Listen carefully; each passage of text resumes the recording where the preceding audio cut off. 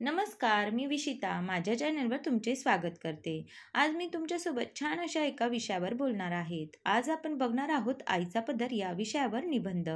तर मैत्रिणींनो, आपण लहानपणी ज्या काही आनंद घेतलेला आहे, ज्या गोष्टी अनुभवल्या आहे, त्या आजकालच्या मुलांना बिलकुलही अनुभवायला मिळत नाही। तर स्कूलमध्ये मुलांना गुरुजींनी सांगितले की आईचा पदर या विषयावर निबंध लिहून आणा। तर मुलांना प्रश्न पडला, जीन्सवर आईचा पदर कुठून आणायचा? तर याच विषयावर एका मुलाने छान असा निबंध लिहून आणला। तर हा निबंध बघूनही गुरुजींच्या डोळ्यात पाणी आले। तर मैत्रिणींनो, आपणही हा निबंध जर ऐकला तर आपल्याही डोळ्यात पाणी येणार आहेत, कारण आपल्या मुलांना या गोष्टी काहीच अनुभवायला मिळत नाहीये। तर मैत्रिणींनो, व्हिडिओ स्किप न करता पूर्ण बघा। छान असा निबंध आहे। चॅनलवर जर नवीन असाल तर चॅनलला सबस्क्राईब जरूर करा। मी तुमच्यासोबत अशाच छान छान विषयावर व्हिडिओ घेऊन येत राहणार आहे। बेल आयकॉनही क्लिक करा, जेणेकरून तुम्हाला नवनवीन व्हिडिओ अपलोड केले की त्याचे नोटिफिकेशन मिळेल आणि तुम्हाला असे छान छान व्हिडिओ बघायला मिळतील। चला तर मैत्रिणींनो, निबंधाला सुरुवात करूया। आईचा पदर। तर शाळेत गुरुजींनी सांगितले होते आईच्या पदर यावर निबंध लिहायला।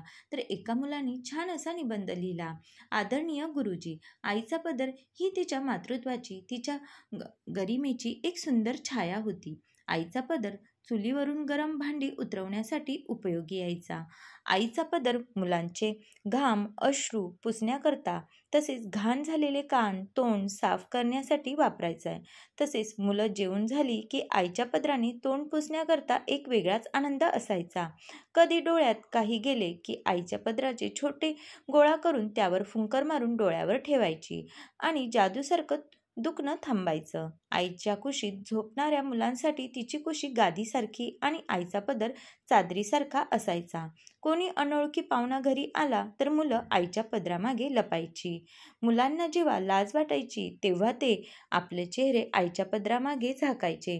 जेव्हा बाहेर कुठे जायचे असे तेव्हा मुलं आईचा पदर घट्ट धरून ठेवायची। तोच पदर त्यांना वाट दाखवायचा। तेव्हा वाटायचं की आईचा पदर हातात आहे म्हणजे सारं विश्व आपल्या हातात आहे। थंडीमध्ये आई आपल्या पदराने मुलांना चारही बाजूने लपेटून ऊब द्यायची आणि पावसात आईचा पदर छत्री बनायचा। आईचा पदर कधी अंग पुसण्याकरता वापरला जायचा, कधी झाडावरून पडलेली फुलं किंवा जांभळं गोळा करण्यासाठी, कधी अनाज दाणं प्रसाद बांधून आणण्यासाठी। आईचा पदर घरात वस्तूंवरील धूळ साफ करण्यासाठीही उपयोगी पडायचा।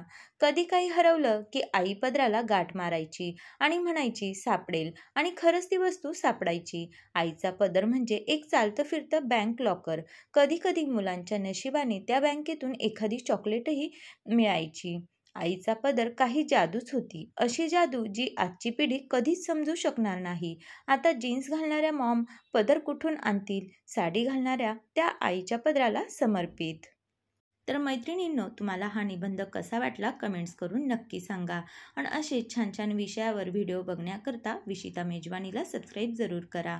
व्हिडिओ शेवटपर्यंत बघितल्याबद्दल धन्यवाद। परत भेटू एका छानशा व्हिडिओसोबत।